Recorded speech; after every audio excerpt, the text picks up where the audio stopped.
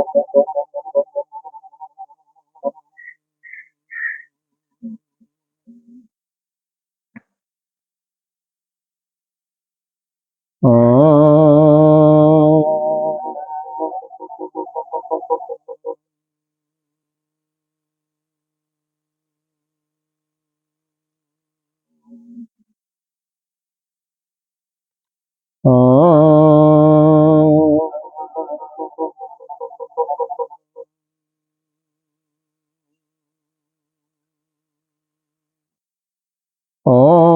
वाङ्मी मनसि प्रतिष्ठिता मनो मे वाचि प्रतिष्ठितम् आविराविर्मयीधि वेदस्य म आडिस्तः श्रुतं मे मा प्रहासीः अनेन आदितेन अहोरात्रान् सन्ध्यामि ऋतं वदिष्यामि सत्यं वदिष्यामि तन्मामवतु तद्भक्तारमवतु अवतु माम् अवतु भक्तारम् अवतु भक्तारम् ओम शांति शांति शांतिः। शंकरं शंकराचार्यं केशवं बादरायणं स्तोत्रभाष्यकृतौ वन्दे भगवन्तौ पुनः पुनः। ईश्वरो गुरुरात्मेति मूर्तिभेदविभागिनी व्योमवद्व्याप्तदेहाय दक्षिणामूर्तये नमः। अखण्डमण्डलाकारं व्याप्तं येन चराचरं तदपदं दर्शितं येन तस्मै श्रीगुरवे नमः। अज्ञानतिमिरान्धस्य ज्ञानाञ्जनशलाकया चक्षुरुन्मीलितं येन तस्मै श्रीगुरवे नमः। गुरुर्ब्रह्मा गुरुर्विष्णु गुरुर्देवो महेश्वरः गुरुः साक्षात् परं ब्रह्म तस्मै श्रीगुरवे नमः। त्वमेव माता च पिता त्वमेव बन्धो च सखा त्वमेव विद्याद्रविणं त्वमेव सर्वं मम देव। गजाननं भूतगणाधिसेवितं कपिध्वजम्बो फलचारुभक्षणम् उमासुतं शोकविनाशकारकं नमामि विघ्नेश्वरपादपङ्कजम्। अनंत श्री विभूषित श्री 1008 पंचायती महानिर्वाणी अखाड़ा के अग्रणी श्रोत्रिय ब्रह्मनिष्ठ महामंडलेश्वर एवं उत्तर प्रदेश संत समाज के अध्यक्ष श्री सद्गुरुदेव भगवान के चरणों में कोटि कोटि नमन बंदन। यहाँ के अधिष्ठान देव ब्रह्मचारी श्री कृष्ण चैतन्य जी भक्तजन सभी के अंतःकरण में विराजमान आत्मस्वरूप परमात्मा को नमन करते हैं। आज पहला अध्याय पूरा समाप्त हो गया है।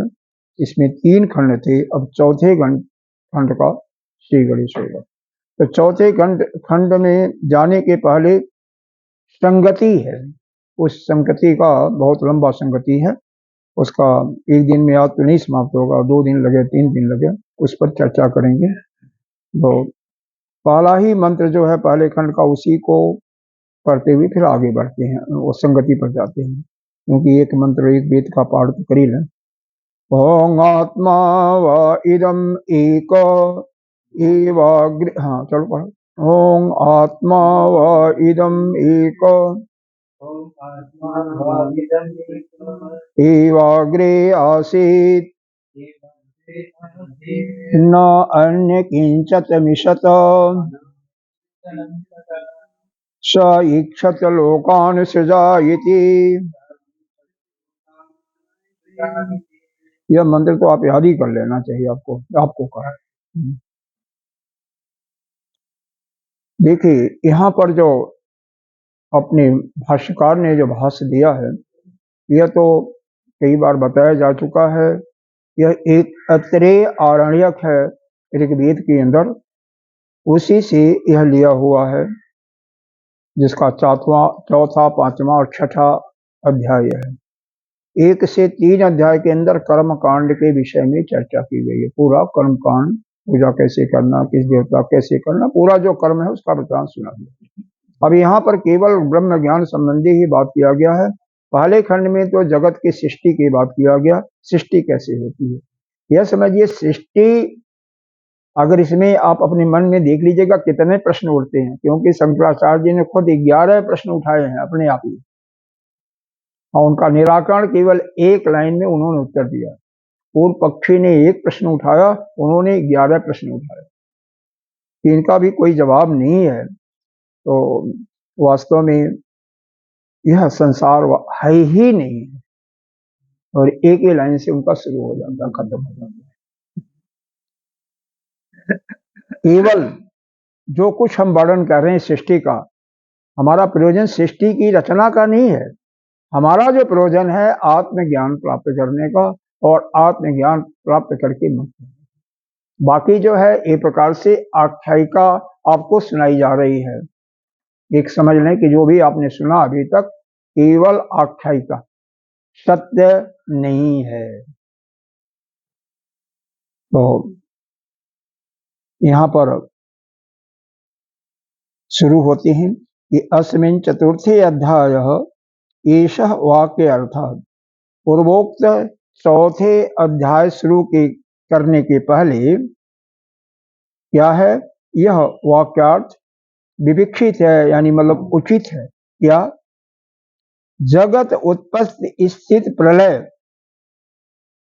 कृत असंसारी सर्वज्ञ सर्वशक्ति सर्ववित् सर्वम इदम जगत स्वतः अन्य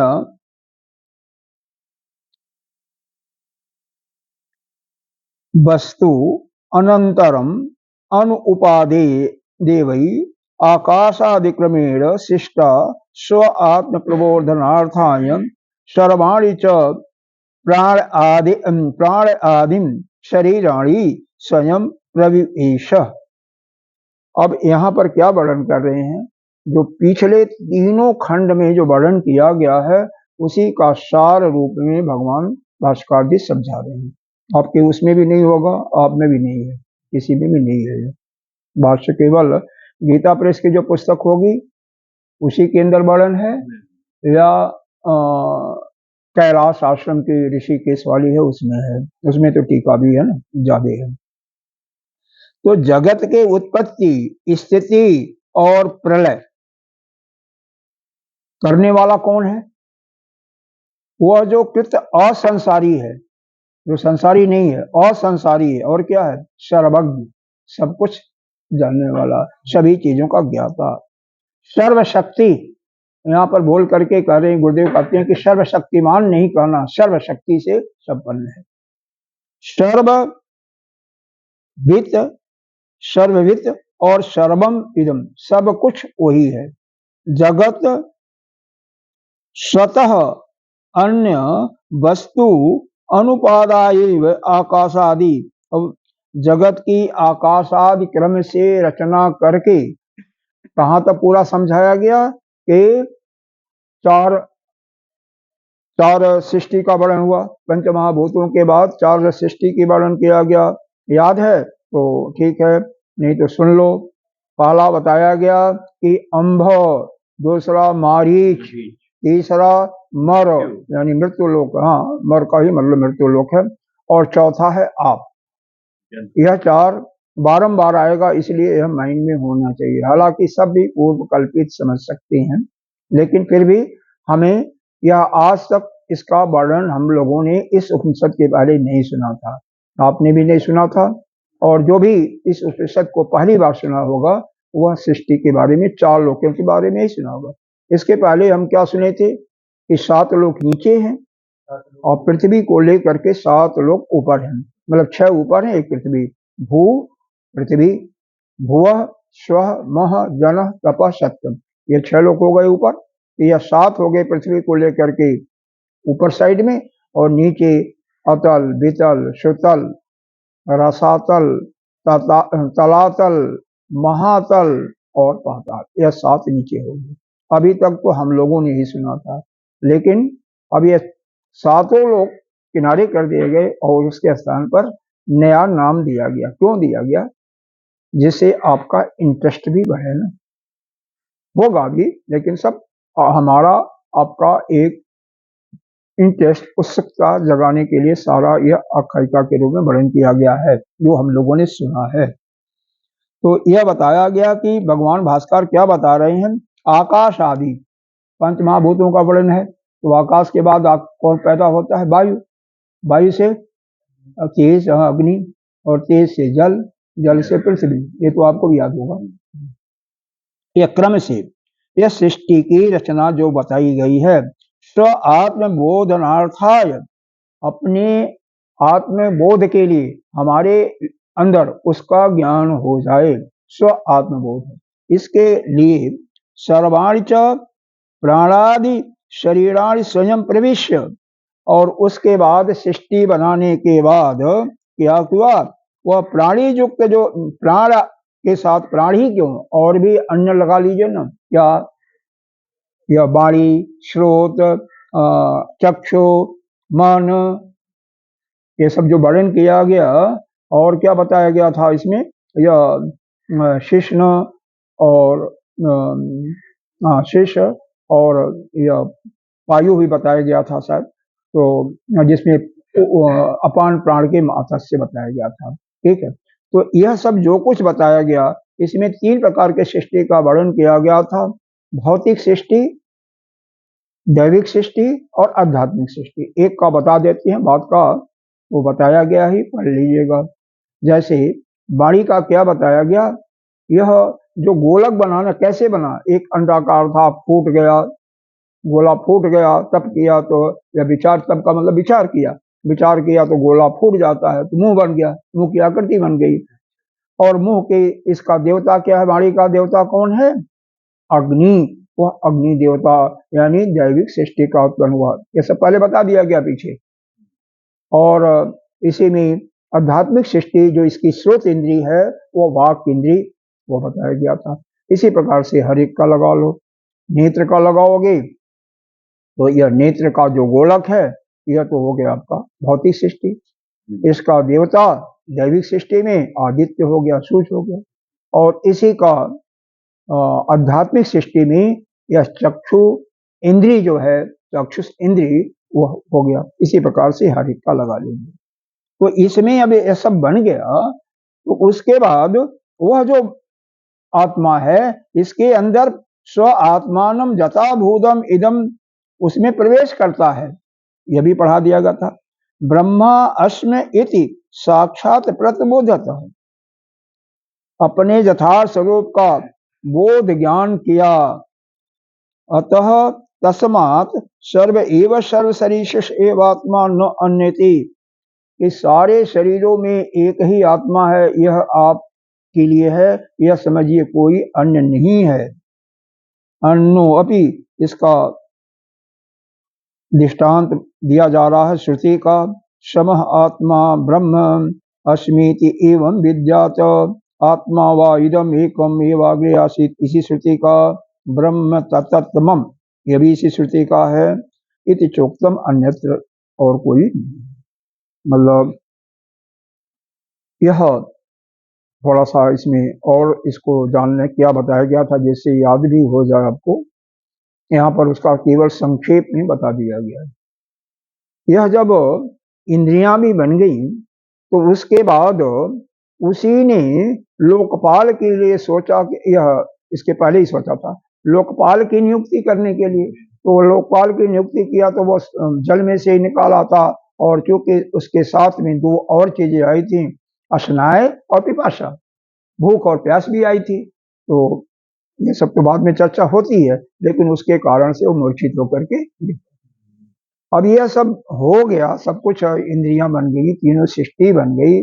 तब वह जो लोकपाल था, वह क्या कहता है कि अब मेरे लिए रहने की भी जगह दो, जगह दो। तो रहने के लिए यह पहले गाय दिखाया, फिर घोड़ा दिखाया, फिर उसको पसंद नहीं आया, तो मनुष्य का शरीर जब दिखाया गया, वह बना नहीं था। एक जैसे आप किसी दुकान पर जाओ मोबाइल लेने के लिए, वर्णन करके नहीं नहीं, बड़ा दिखा करके, स्वरूप दिखा करके। आप मोबाइल तो लेके गए होंगे, आप तो खैर बहुत जानते होंगे, किसने मोबाइल लेकर के गए होंगे, आज तक तो दिखा देते, पहले क्या करते थे, अब कई चीजें दिखाई जाता है, तो उसका एक प्रारूप दिखाया जाता है, जो वास्तविक वह मोबाइल है वो नहीं दिखाया जाता है, डमी रखते रहते डमी, हाँ उसको डमी कहते हैं, उसमें कुछ नहीं होता है, काफी रखे रहते हैं, काफी रखे थे वो दिखाते हैं। मॉडल का डमी उसी प्रकार से गाय का, घोड़े का, मनुष्य का एक मॉडल दिखाया गया, बनाया तो अभी था नहीं, सृष्टि तो बनी नहीं थी, एक मॉडल दिखाया गया।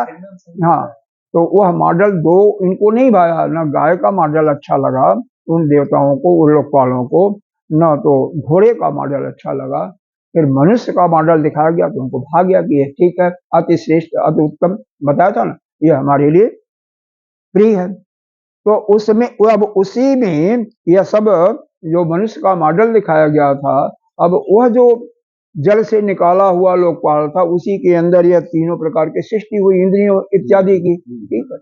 अब इंद्रिय होने के बाद कहाँ इनको बैठना है भक्षण करने के लिए, तो उन्होंने, ईश्वर ने क्या कहा कि जहां पर जो आपका स्थान है वहां पर बैठ जाओ, जो तुमको उचित लगे।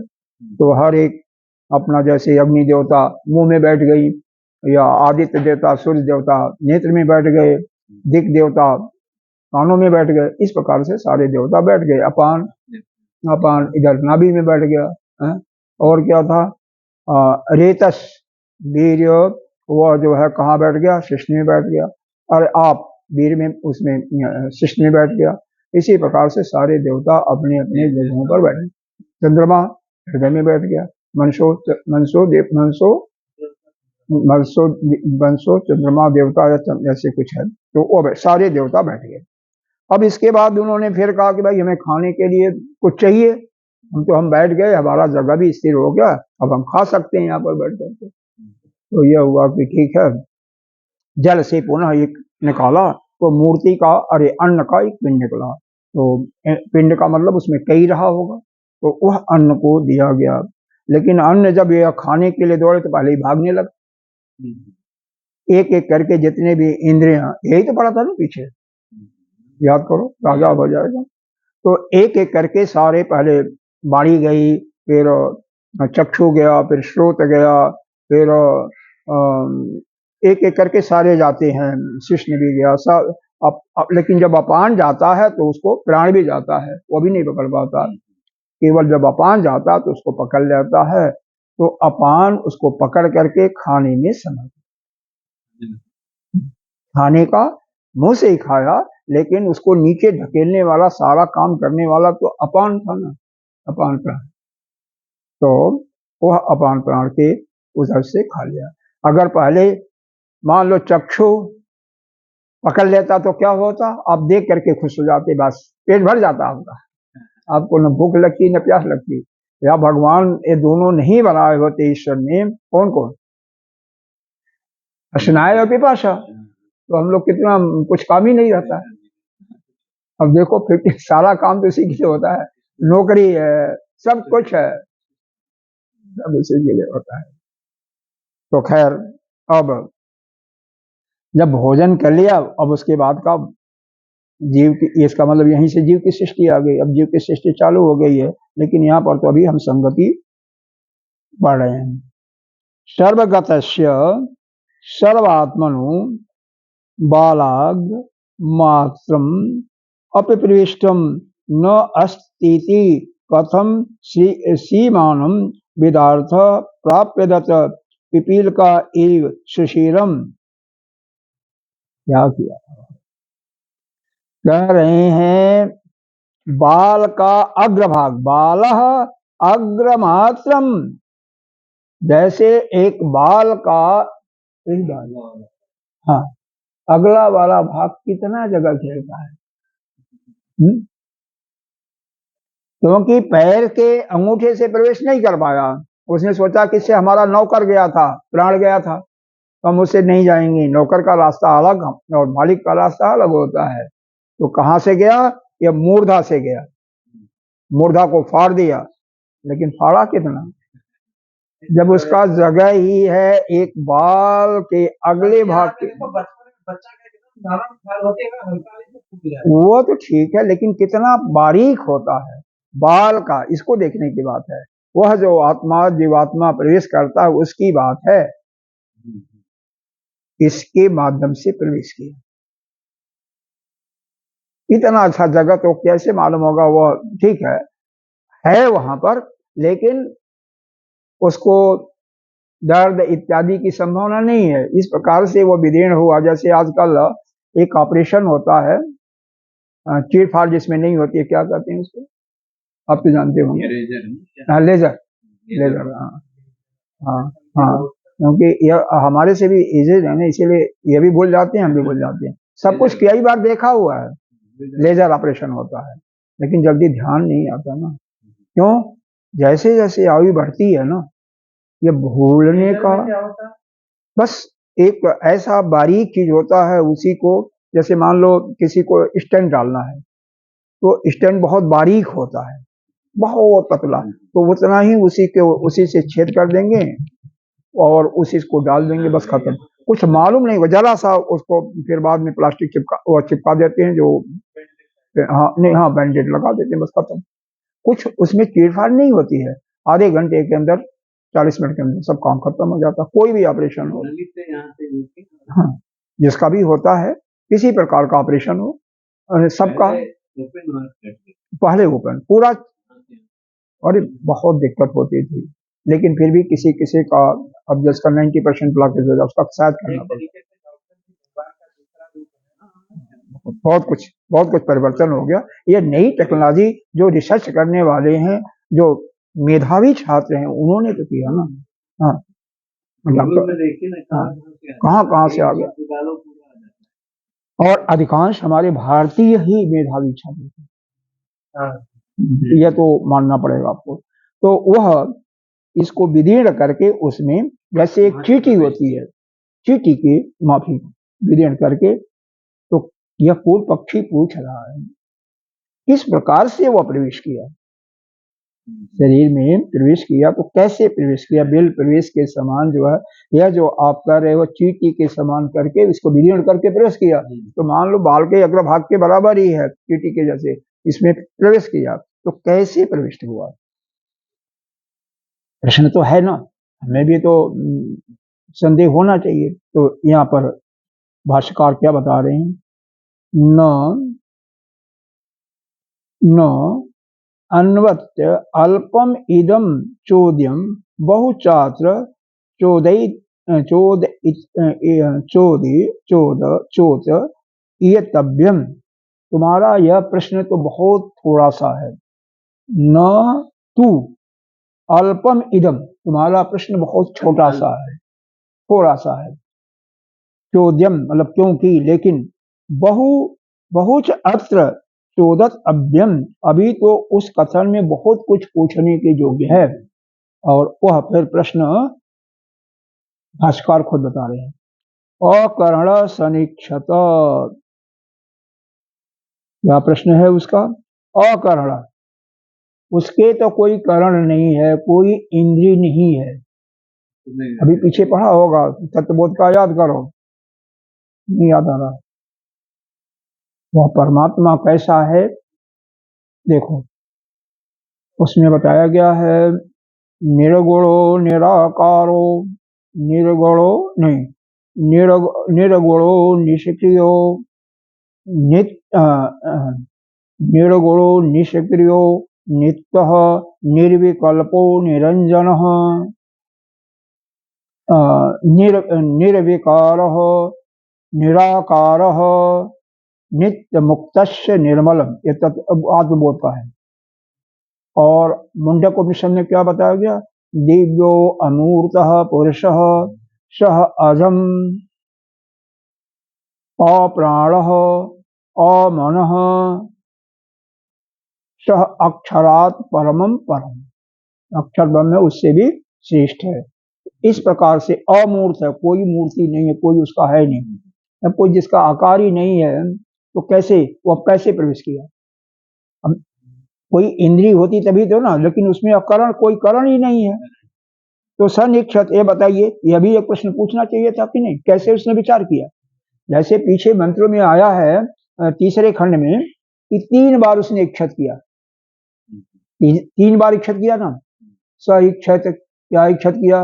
एक बार तो किया कि इसमें हम कैसे प्रवेश करूं, बनाने के बाद ये सब बारंबार इच्छा किया ना, कैसे बनाऊं, कैसे क्या करूं, ऐसे इच्छा करने लगा। तो वो कैसे किया? अभी जब उसके मुंह नहीं है, बाड़ी नहीं है, वो नहीं है, आप तो यही कहते हो ना, तो यह प्रश्न तुम्हारे माइंड में क्यों नहीं आया? शंकराचार्य कह रहे हैं तुमने एक प्रश्न किया, मैं तो दर्जनों प्रश्न करूंगा। तो पहला प्रश्न यह है, अकर्ण सनिक्षत, यह क्यों तुम्हारे माइंड में नहीं आया कि इंद्रिय हूण होकर के भी उसने ईक्षण किया, विचार किया? अनु उपादाय किंचित लोकान सृजत, बिना किसी उपादान कारण के वह कैसे लोगों की सृजन किया? हमने बताया ना कि 4 लोक की सृजन किया, अंभ, मारीच और मर और आप। तो उस समय आपने क्यों नहीं पूछा कि उसके पास तो बिना उपादान के कारण कोई सृष्टि नहीं होती, हो सकती है? जैसे मकड़ी भी निकालती है, अगर मकड़ी का भी उदाहरण दृष्टांत दोगे तो मकड़ी अपने अंदर से निकालती है, फिर अपने अंदर ही समेट लेती है, यह भी ठीक है, लेकिन ये उपादान कारण तो कुछ होता है ना। जब उसके पास कुछ है ही नहीं है तो कहां से उपादान कारण कहां रखा? ये प्रश्न माइंड में आना चाहिए, क्यों नहीं तुम्हारे माइंड में आया? भाष्यकार बता रहे, पूछ रहे हैं, खुद उल्टा प्रश्न पूछ रहे हैं। अदभय पुरुषम, और जब अध में, अध कहते हैं जल को, जल में से जब पुरुष निकाला, समुद्र धरता मूर्छित, तो वो मूर्छित हो गया। यही बताया था ना, जल में से पुरुष निकाल करके और वह फिर पुष्ट किया, तो उसका क्या हुआ? वह तस्य अभिध्यान मुख आदि, और जब तपस्या किया तो वह मुख बन गया। तो यह कैसे? यह सब प्रश्न पूछना चाहिए ना तुम्हें कि इस ध्यान के द्वारा, तपस्या के द्वारा उसका मोह प्रकट हुआ, तो यह कैसे, क्या संभव है क्या? निर्भिन्नम मुखादि अभ्यश्च अग्नादयो लोकपाल तेषाम। अब फिर मुख आदि से जितने भी इंद्रियां बताई गई थी, आदि अग्नि लोक प्रकट हुए, तो उनका क्षुधा पिपासा से संजोग कराना, उन क्षुधा पिपासा, उनका आयतन के लिए प्रार्थना करना, उसके लिए गौ आदि दिखाना, उन देवताओं का अपने अपने अनुकूल आयतनों में प्रवेश करना उत्पन्न हुए, यह सब तुम्हारे प्रश्न में क्यों नहीं आया? यह सब तुम्हारे अंदर यह प्रश्न आना चाहिए ना, क्यों नहीं आया? कि कैसे वह भूख पिपास कैसे आए? आपने समुद्र से एक व्यक्ति निकाला था, तो यह भूख और प्यास कहां से आ गया? ये भी तो बताना, ये भी तो पूछना चाहिए, कहां से आ गया है? यह गौ आदि, जब कुछ पहले सृष्टि बनी नहीं थी तो गौ कहां से आ गया, घोड़ा कहां से आ गया, मनुष्य कहां से आ गया? यह तुम्हारे मन में प्रश्न आना चाहिए ना। और देवता, क्या देवता पहले उनके लिए जगह नहीं थी क्या? आप यह कर रहे हो कि देवता उसमें प्रविष्ट कर गए, तो क्या देवता इसके पहले कहीं प्रविष्ट, वह उनका कोई स्थान नहीं था? वह देवता उत्पन्न हुए, क्या है? उनके लिए भी प्रश्न पूछना चाहिए ना। तो यह क्यों नहीं प्रश्न पूछा तुमने? और अन्न पैदा हुआ तो अन्न का भागना, तो आप क्यों नहीं भागता? आप लोग खाते हैं, तो इसके बारे में, अन्न कैसे भाग सकता है, तो इसके बारे में प्रश्न होना चाहिए। और क्या बताया? तेषां तथा ऐसनम प्रवेश्य शिष्ट अन्नस्य पलायनम, अन्न का पलायन होना, बाघ आदि अजिघ्रक्षा, उसको इंद्रियों द्वारा उसको ग्रहण करने की इच्छा करना। और फिर क्या है? इत सर्वम सीमा विदारणम प्रवेश समय, शरीर में ही मूर्धा को चीर करके वह जो आत्मा, जीवात्मा प्रवेश किया, तो कैसे यह संभव हुआ? यह क्यों नहीं प्रश्न तुम्हारे पूछा? क्या वह आत्मा पहले से सर्वत्र व्याप्त नहीं है? एक तरफ या तो हम ही ने कहते हैं, श्रुति भी कहती है कि वो आत्मा तो सर्वत्र व्याप्त है, तो फिर इसको प्रवेश करने की क्या जरूरत है? तो इस प्रकार से करीब 11 प्रश्न बनते हैं, अगर जोड़ोगे तो यह 11 प्रश्न उत्पन्न होते हैं। क्यों नहीं पूछा? ये भी तुम्हारे अंदर भाव आना चाहिए ना। बहुत, ये देखो, वास्तव में वह आत्मा जब कुछ है ही नहीं है, कुछ नहीं है ना, यही बताया जाता है ना, तब वह नहीं है तो पहली बात उसको रहने की जगह क्या है, और कोई है तो कहीं भी खड़ा तो है, तो फिर दोबारा दूसरा स्थान क्यों चाहिए उसको लिए? कई सारे प्रश्न होते हैं इसमें। तो ये सब छोटी छोटी चीजें छोटी नहीं है, अगर मनन करोगे तो बहुत विलक्षण चीजें हैं। तो इसका उत्तर यह है कि सब कपोल कल्पित है, अध्यारोप है और कुछ नहीं है। और यहाँ पर मुख्य प्रयोजन जो है, यह अपने शंकराचार्य जी बताएंगे कि हमारा यह प्रयोजन नहीं था, यह सृष्टि का वर्णन, सृष्टि का कैसे निर्मित हुई, इसको बताना आपको नहीं था। हमारा प्रयोजन तय है कि आपको आत्मज्ञान दे करके आपको मुक्त बनाना। तो अब सारा चीजें जो बताई जा रही है केवल आपके अंदर ज्ञान देने के लिए। ये तो आख्यायिका मात्र है। कई चीजें ऐसी होती हैं संसार में, कोई भी काम करो तो उसमें जो मुख्य काम होता है उसी की तरफ ध्यान देना चाहिए। छोटा मोटा देखेंगे कि यह कैसे हुआ, हुआ कैसे हुआ, तो फिर हम उसी में उलझे रहेंगे, तो बड़ा काम नहीं कर सकते। बस यही है ना। और जो छोटे छोटी चीजों को देख करके उसमें नुक्ताचीनी करते रहते हैं, वह कभी भी आगे नहीं बढ़ पाते हैं। तो यह बताया जा रहा है कि जो विशेष काम है उसके तरफ ध्यान दो ना, बाकी तो होते रहते हैं संसार में, कैसे सृष्टि बनी, बनती है, बिगड़ती है, कैसे आदमी पैदा हुआ, यह सब तो होता रहता है। अब यह बताओ, वह आया है, उसका मुख्य प्रयोजन जो है जीवन मुक्त होना, तो उसके लिए क्या करना चाहिए, कैसे करना चाहिए, उसको मुक्त करने की बात है। बाकी तो क्या है, अब आगे बता रहे हैं।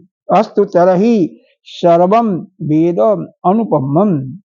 तो अच्छा, अब पूर्व पक्षी फिर कहा, तो सब इनको मान लो, अब सभी इन प्रश्नों का उत्तर दो। ठीक है, हमने मान लिया, हमसे गलती हो गई, या हमारी शक्ति इतना मेधा शक्ति नहीं लग गई थी। अब आपने कहा तो हमने मान लिया कि यह भी प्रश्न आपने जो कहा बिल्कुल सही है, तो आप इन सभी प्रश्नों का उत्तर दीजिए। भाष्यकार फिर करें, न अत्र आत्मबोध मात्र विपिक्षित्वा सर्वो, ऐसी बात नहीं है, न ऐसा बात नहीं है, क्योंकि श्रुति यहाँ केवल क्या कर रही है, आत्मबोध कराने के लिए। अथर्वाद इति दोष, दोष, यह केवल यह अर्थवाद किया हुआ है, बाकी कुछ अध्यारोप किया हुआ है, व्यावर्त है, इसमें कोई दोष नहीं है। यह जो बताया गया है आपको केवल अध्यारोपण है, संसार तो है ही नहीं है, जगत कहाँ मानता है, वेदांत कहाँ मानता है। वेदांत तो सिर्फ यही कहता है एक ही जगत, एक ही सृष्टि है। चाहे आप ईशावास्य उपनिषद देखो, यहाँ देखो, और कई उपनिषदों में, गीता जी में भी कहीं दिया हुआ है। क्या दिया हुआ है गीता जी में? 13वें अध्याय में, समम सर्वेषु भूतेषु तिष्ठन्तम परमेश्वर, सभी प्राणियों में वही परमात्मा स्थित है, एक ही, और कुछ नहीं। 13वां अध्याय का 27वां श्लोक गीता जी का भी। उपनिषद में तो बात ही नहीं। तो यह बताओ, जब है ही नहीं है तो या तो तुम मान लो, अगर इसको नहीं मान लो, व्यावर्तन का नहीं मानते हो, कल्पित नहीं मानते हो, अध्यारोप को नहीं मानोगे, तब तक तुम्हें समझ नहीं आएगी, उसी मुलझे रहोगे, आगे आप नहीं बढ़ सकते हो। तो मान लेते हो तो सब ठीक है, नहीं मानोगे तो बस ठीक है। अब फिर आगे बता रहे हैं, माया, मायावी, मायावीवत व महामायावी देव सर्वज्ञ सर्वशक्ति सर्वम इति च कह रहे हैं, जैसे एक जादू वाला है मायावी, उसी प्रकार से जैसे जादू दिखाता है, उसी प्रकार से वह ईश्वर महामायावी है, महा बहुत बड़ा जादूगर है। वह देव जो है सर्वज्ञ है, सभी शक्तियों से युक्त है, और इस संपूर्ण जगत की उसी ने रचना भी की है। और सुखावबोधन प्रतिपर्थम लोक, और केवल सरलता से, आसानी से सुख का बोध कराने के लिए, यानी ज्ञान को प्राप्त कराने के लिए लोकवत आख्यायिकादि प्रपंच इति युक्ततरा पक्ष, यह संसार की लोकों की रचना, लोकपालों की रचना की गई है, केवल एक आख्यायिका है, एक प्रपंच है। केवल आपको समझाने के लिए की दृष्टि से यह बताया जा रहा है, कुछ नहीं वास्तविकता। ये तो शायद आपने भी कभी नहीं सुना होगा। तो यह भाष्यकार जो कहा है कि इसका प्रयोजन क्या है, हमें जीव को, हाँ, जीव के बारे में उस अपने को ही समझना है, कोई नहीं, अपने को ही जानना।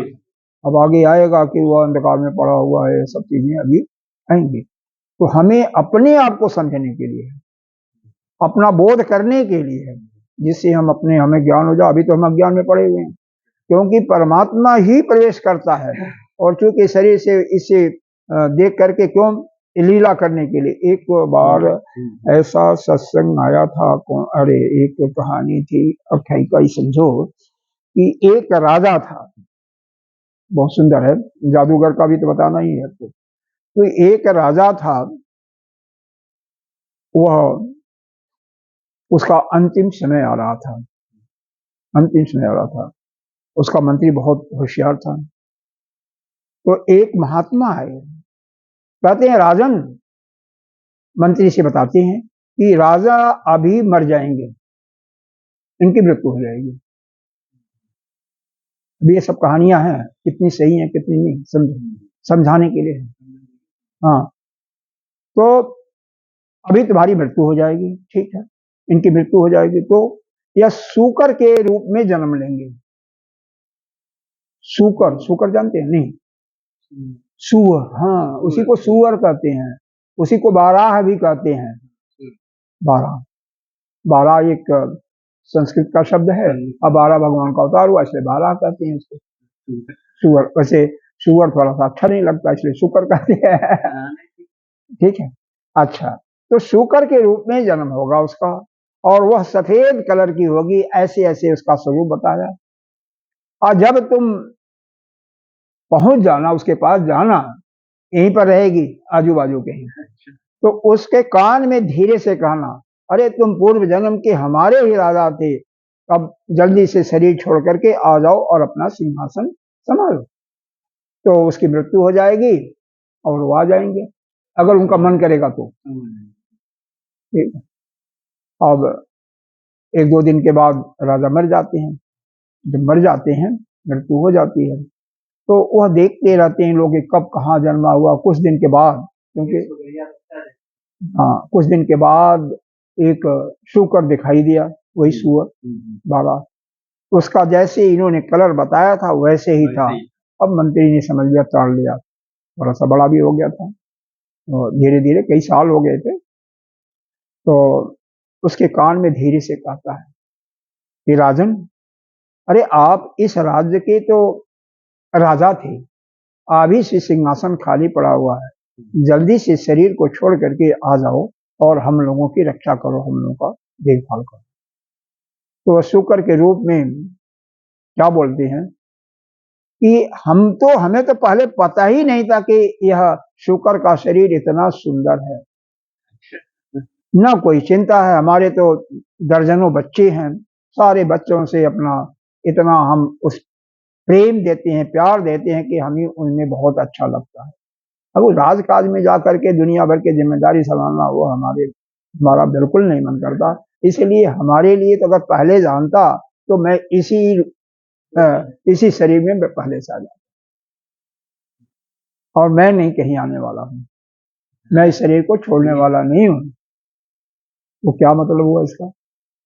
मतलब यही हुआ कि यह हम जो पड़े हुए हैं इस संसार में, हर जगह पग पग पर दुख मिल रहा, सुख थोड़ा सा मिल रहा तो दुख ज्यादा मिल रहा।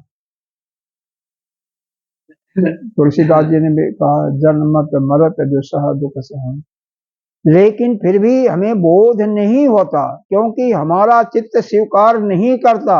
हम तो यह सोचते हैं कि इस गृहस्थी में जितना आनंद है, यहाँ पर जो सुख मिल रहा है बाल बच्चों से या अपने परिवार के लोगों से, अपने इष्ट मित्रों के लोगों से, यह कहीं नहीं मिलेगा। और इसी कारण से इसी में पड़े रहते हैं। और जो यह बताया गया, ये संसार की रचना मायावी ने कैसे रचना किया, तो एक उसका जादूगर का तो अभी तो 2 दिन पहले सुनाया था हमने। यहाँ पर दूसरे जादू का बात कर देते हैं। एक जादू आता है, शायद कानपुर की बात है, वहां पर 2 घंटे का उसका प्रोग्राम था, 4 से 6। सुनो, यह जादू का किस्सा है, सुनो। तो 4 से 6 का प्रोग्राम था और लोग वह पब्लिक उब गई, वह 5:55 तक नहीं आया। हाँ, यही जादू है। तो जब वो आया तो लोग बाग शोर करने लगे, अरे भाई आप क्यों शोर कर रहे हो, आप इतना लेट क्यों आए? अरे घड़ी देखो, अपनी घड़ी देखो, अभी ठीक 4 बज रहा है। अच्छा। सभी के घड़ियों में उनको 4, सभी को 4 दिखाई दिया। सारे लोग हाथ प्रद हो गए। अब 5 मिनट के बाद हो गया, ठीक है 6 बज गया, घड़ी देख लो, मेरा समय समाप्त हुआ, अब मैं जा रहा हूँ। लोगों ने कहा क्या दिखाया? वही दिखाया था कि बजा है 5:55 और आपको दिखाई दे रहा है 4 दिखाई दे रहा है, 4 दिखाई दे रहा है। अब 5 मिनट के अंदर आपको 6 दिखाई दे रहा है। जादू ही नहीं। इसी प्रकार से यह परमात्मा, इस ईश्वर ने इस सृष्टि की रचना की। दिखाई दे रहा है, दिखाई और है कुछ नहीं, न अम्बलोक है, न मरलोक है, न कुछ नहीं। हाँ, मरलोक तो आपको दिखाई दे रहा क्योंकि आराध्य होना, लेकिन है कुछ नहीं, सब कपोल कल्पित है, अध्यारोप है। यही तो बताया गया, अभी तक तो आपने यही सुना है ना। यह सृष्टि 2 ही है, एक व्यवहारिक सत्ता, व्यवहारिक दृष्टि से, और दूसरा परमार्थिक सत्ता। प्रतिभाषी सत्ता जो तीसरी सत्ता है, यह दिखाई जाती है, यह तो केवल एक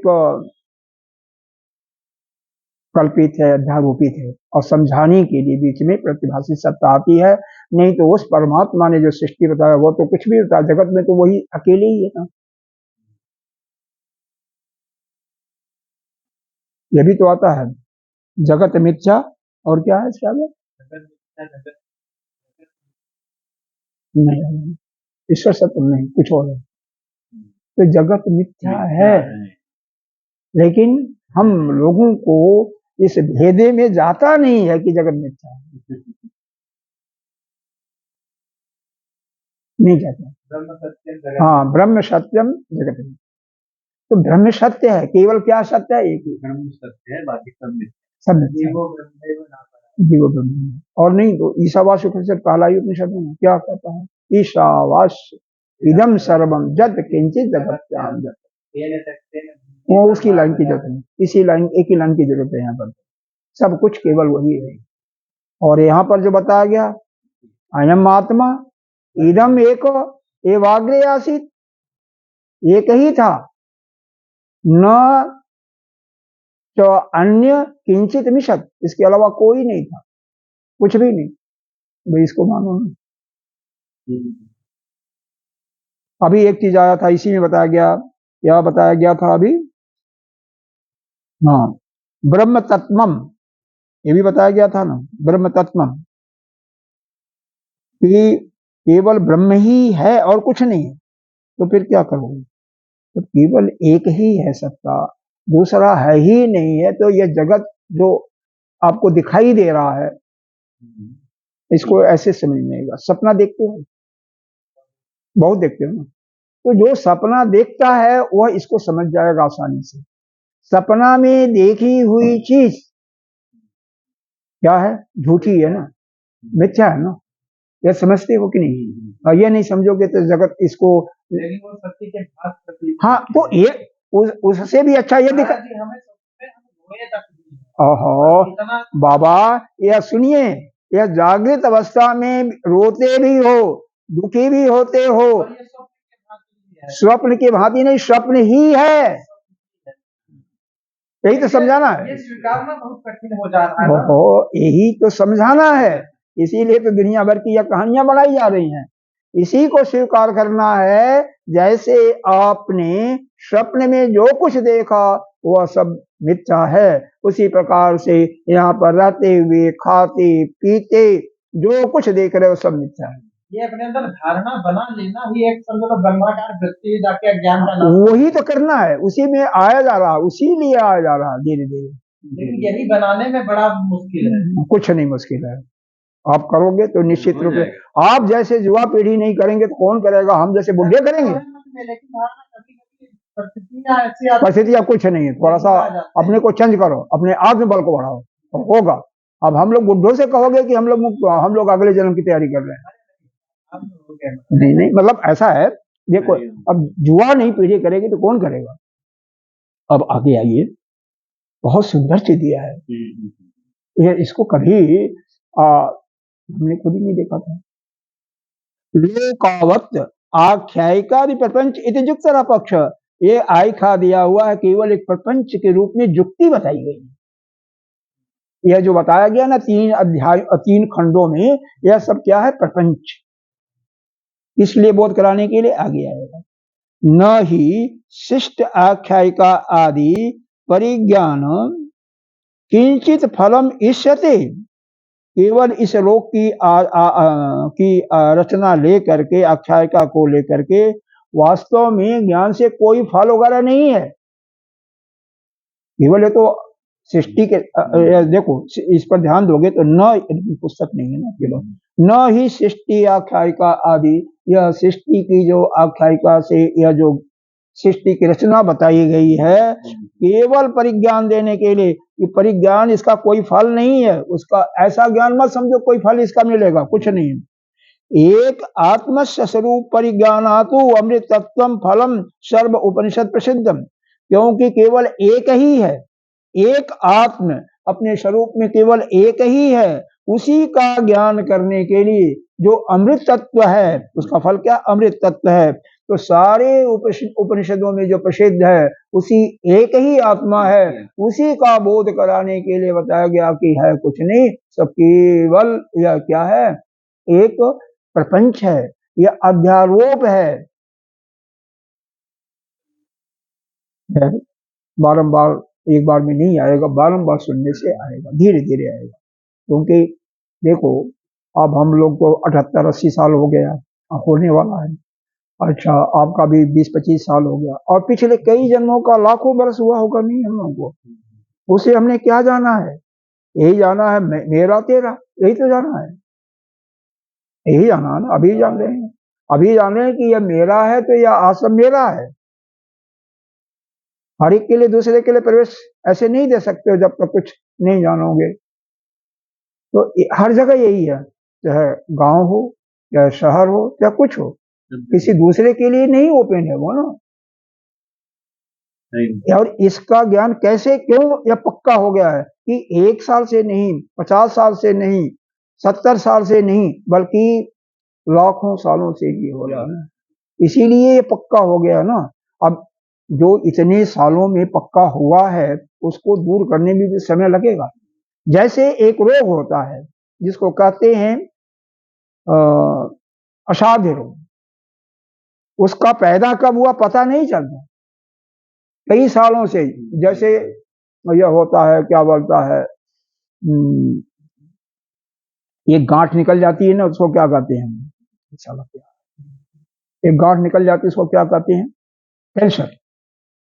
कैंसर कैंसर होता है, जरा सा एक छोटी सी गिट्टी होती है और बाद में कैंसर के रूप में धारण कर लेता है, जहर फैल जाता है, फिर अगर फूटेगा तो कैंसर होता है। अच्छा, वह कैंसर एक दिन में नहीं पैदा होता है, जब से आपको मालूम हुआ तब से नहीं है, बहुत सालों से वह होता है। और फिर ध्यान नहीं दिया, डॉक्टर भी पहले इधर उधर करके वो भी हटा देते, दवा दे देते, छुट्टी।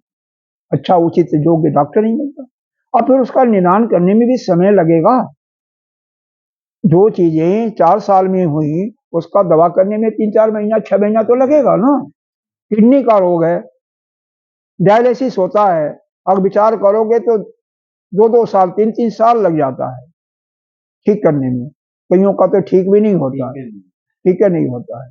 नहीं भोजन छोड़ दें तो ठीक हो जाएगा या गारंटी बात। हाँ अरे उनको जानते हैं आप, जिनकी दोनों किडनियां खराब है, पीले बस प्रेमानंद जी नाम हो सकता है जानते। हाँ हाँ हाँ हाँ हाँ हाँ जानते, मोटे से है ना, बोलते सांवले से, गोरे गोरे हैं। अच्छा एक अभी थे हमारे पायलट बाबा जी थे, पायलट बाबा जिनके पास हम काफी दिन रहे भी हैं, भैया जूना अखाड़ा की। अभी उनकी मृत्यु हुई है, तुम तो गए थे। एक हमारा ही सत्संग वो थे, संत थे हमारे, साथी थे मतलब। तो उन्होंने वो किया था तो इसलिए कहना पड़ा था, मैंने वो आप लोगों को बोला था। तो वही डायलिसिस का सारा उपकरण घर यहीं आश्रम में आ गया था, सब खरीद लिए थे, यहीं पर डायलिसिस होता था। डॉक्टर या किसी को बुला लेते थे अपना, वो आता था, बल्कि वहीं पर उसका सब कुछ कर दिया था। ऐसी संपत्ति भी है तो यह होता, लेकिन समय तो लगेगा, नहीं हो पाया कोई बात नहीं, चले गए। तो यह आना जाना सब, जब कुछ है ही नहीं है तो यह कोई बात नहीं, लेकिन हम लोग इसको सत्य मान लेते हैं, यही हमारी सबसे बड़ी भूल है, यही सबसे बड़ी भूल है। स्मृति गीतासु, स्मृति में और गीता जी में क्या बताया गया है, समम सर्वेश भूतेश तिष्ठन्त परमेश्वर, व परमेश्वर ही सभी प्राणियों में तिष्ठित है और कोई नहीं है। लेकिन हम अज्ञान में पड़े हुए हैं। वही परमेश्वर वही आत्मा के रूप में सभी के अंदर, हमारे आप सबके अंदर है, लेकिन वह अज्ञान से युक्त हुआ है। क्यों कि यह शरीर से तारतम्य बना लिया है। और कब यह ठीक होगा, पीछे आपको बताया गया था, जब कोई ऐसा कृपालु आचार्य के पास जाएगा, यह देखो 13वें मंत्र के आगे दिया हुआ, स कदाचित, जब कभी भी परम कारुणिक, परम करुणा करने वाले दीन दयालु के पास कोई आचार्य होगा, प्रज्ञान प्रबोध कृक्ष शब्द कायाम वेदांत महावाक्य भेरियाम तत् कर्ण मूले, कह रहे हैं कोई ऐसा आचार्य जो कि ब्रह्म वाक्य का जो बोध कराएगा, और कैसा आत्मा ज्ञान देगा, केवल आत्मा क्या है, जीव क्या है, शरीर क्या है, जैसे यह बोध धीरे धीरे कराया जा रहा है। जब इसका अनुभव, और कैसे दिया हुआ है, जैसे भेरी बजाई जाती है ना, महाभेरी के जाने पर उस प्रकार से जब ब्रह्म वाक्य देगा कि तुम ब्रह्मासी, अहम ब्रह्मासी है ना, तो उसी को तुम्हारे लिए कहना हो कि तुम ही कहो अहम ब्रह्मासी। और उसका जब निरंतर, या तत्वमसी, तत्व के दृष्टि से आप और परमेश्वर जिसकी उपासना करते हो, यह तो आपको मेरे ख्याल से जब से शायद हमारा आपका संपर्क हुआ, दूसरे तीसरे चौथे बोलते ही रहते हैं कि यही करो, जब पूजा करो उपासना करो तो आप अपनी आत्मा, उसकी आत्मा को ये समझो वही ब्रह्म है। शायद ये याद हो गया होगा आपको, नहीं हुआ? हो गया है कि नहीं? ये याद हो गया है कि नहीं? हो गया है ना। हाँ, ये हमेशा बोलते रहते हैं, कारण कि ये सब कुछ पढ़ाने का मूल उद्देश्य सिर्फ एक वाक्य है, ज्ञान सिर्फ वही है कि हम, यह जीव नहीं है, शरीर नहीं है, पहले तो शरीर को छोड़ो, शरीर के संबंधों उनको भी निकालना है। फिर यह जो जीव हैं, हम बने हुए जीव, ये जीव भी नहीं है, हम तो नित्य शुद्ध बुद्ध मुक्त आत्मा है। इसीलिए कहा जाता है अहम ब्रह्मास्मि, हम ही ब्रह्म है, या तत्वमसि, हम, हमारे अंदर जो तत्व है, आपके अंदर जिसकी पूजा कर रहे हैं, उसके अंदर जो तत्व है वह एक ही है और वही परब्रह्म है। इसी का तो बोध कराया जा रहा है, बाकी तो सब कहानी समझो, बाकी कुछ नहीं है। यही गुरु उपदेश देता है, आचार्य उपदेश देता है, और भेरी बजाते हुए, महाभेरी बजाते हुए तब जाकर के यह ज्ञान होता है। हाँ, नहीं बैठना बढ़ जाएगा तो बहुत अच्छा, क्योंकि किसी का कल्याण हो जाए तो संतों का काम ही यही है, किसी का कल्याण, कम से कम कोई तो। अब फिर दोबारा प्रश्न पूछा जा रहा है, पूर्व पक्षी पूछ रहा है, अब यह विषय जरा बहुत ध्यान से पढ़ना, बहुत ही सुंदर प्रश्न, उत्तर आज नहीं बताऊंगा, कल बताऊंगा क्योंकि समय हो रहा है। ननु त्रय आत्मा ना, हमने सुना है कि आत्मा तीन है, कौन कौन? भोक्ता, कर्ता, संसारी, जीव एक है। एक को यह सुने हैं ना, जो इसे हम लोग खा रहे हैं, भोग रहे हैं, दुखों को भोग रहे हैं, संसारी जीव, जिसको हम जीवात्मा बताते हैं। एक को एक आत्मा है। अच्छा, पूछ रहा है कौन है, सारे है कि नहीं है, यही प्रश्न है। अभी देखो दूसरा क्या है, सर्वलोक शास्त्र प्रसिद्ध है। यह एक जीव है, सारे शास्त्रों में प्रसिद्ध है। हमारे आप जैसे कोई पक्षी पूछ रहा है। अनेक प्राणी कर्म फल उपभोग उपभोग योग्य अनेन अनेक अधिष्ठान अवलोक देह निर्माणेन लिंगेन यथा शास्त्र प्रदर्शितेन पूर्व प्रसादी निर्माण लिंगेन तद विषय कौशल ज्ञानवान तत्कर्ता तक्ष आदि ईश्वर। दूसरा कौन है? सर्वज्ञो जगता कर्ता द्वितीय चेतन आत्मा अवगम्यते। जो वह जता करता दूसरा क्या है? अनेक प्राणियों के कर्म फल और अनेक अधिष्ठानों वाले लोक और देह की रचना करने वाला कोई ईश्वर है जो कि सर्वज्ञ है, इस जगत की सृष्टि का कर्ता भी है। यह दूसरा आत्मा हम सुने हैं। मतलब एक तो ईश्वर के बारे में बताया, एक जीव के बारे में बताया, एक जीवात्मा और एक ईश्वर आत्मा। और तीसरा फिर है इत्यादि शास्त्र प्रसिद्ध औपनिषद पुरस्थितीय, जो सभी शास्त्रों में उपनिषदों में प्रसिद्ध है कि वही एक ब्रह्म है। तो अब एवं एन त्रय आत्मानु अन्य विलक्षणा, इन तीनों आत्मा एक दूसरे से बिल्कुल अलग अलग है। और तीनों को आप आत्मा कहते हो, कहते कि नहीं? जीवात्मा, ईश्वर वो भी आत्मा है, और परब्रह्म जिसका कुछ है ही नहीं, आकार वगैरह। अच्छा, तो एक आत्मा अद्वितीय असंसारी ज्ञातुम शक्यते। कैसे जान सकता है कि एक आत्मा अद्वितीय है और संसारी है, संसार से मतलब नहीं रखता है। अब जीव जो है वह संसारी है, तथा तावत कथम कहते, यह कैसे है? तो अब यह प्रश्न है तीन आत्माओं का कि जीवात्मा क्या है और आत्मा क्या है और दूसरा तीसरा क्या है, ब्रह्म क्या है। अब इनके विषय में फिर कल हम सुनेंगे। यहीं पर इसको समाप्त करते हैं। हाँ हाँ। ओम पूर्णमिदं पूर्णमिदः पूर्णात् पूर्णस्य मुच्यते पूर्णस्य पूर्णात् पूर्णमेवावशिष्यते। ओम शांति शांति शांति।